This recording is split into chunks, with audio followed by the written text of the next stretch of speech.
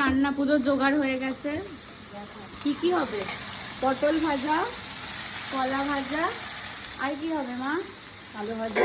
Lipstick কেন পরে আছো তুমি? লিপস্টিক অর্ডার করেছিলাম, তো আমার মা দেখছিল কেমন লাগে পরে, মানে আমার আগে আমার মাই ট্রাই করে ফেলেছে, এই জন্য লিপস্টিক পরে আছে। এদিকে ডাল ডাল সিদ্ধ হচ্ছে, কুমড়োর তরকারি হবে, মানে কুমড়োর চচ্চড়ি যাকে বলে, ওই জন্য কুমড়ো কাটা আছে। আর কি কি হবে? নারকোল ছাই, আলু ভাজা। আর এগুলো কি? এটা হচ্ছে নারকেল ছাই, এটা আলু কাটা আছে, আলু ভাজা, আপাতত কলা ভাজা হচ্ছে, পটল ভাজাও হবে, ডাল কি ওটা বলে, ডাল চচ্চড়ি হবে, আর আর এদিকে ভাত হচ্ছে। তো তোমাদের কাদের কাদের রান্না পুজো আছে প্লিজ কমেন্ট করে জানাতে, কেউ ভুললে চলবে না। ডাল চচ্চড়ি হয়ে গেছে, বললি হয়ে গেল।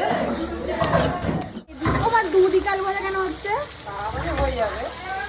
ও, তাড়াতাড়ি হওয়ার জন্য দুদিকে আলু ভাজা হচ্ছে। বাহ, সিদ্ধর কালারটা বেশ ভালো গেছে, ভিলা গেছে। নারকেল ছাড়াটা বাকি আছে তো। ভাতটা ফ্রেশ খাওয়া হবে না। লাল ভাত, কি চাল? পুরো রান্না আলু ভাজা, এটাও আলু ভাজা, এটা অবশ্য এটা রাত্রিবেলা খাওয়ার জন্য হয়েছে।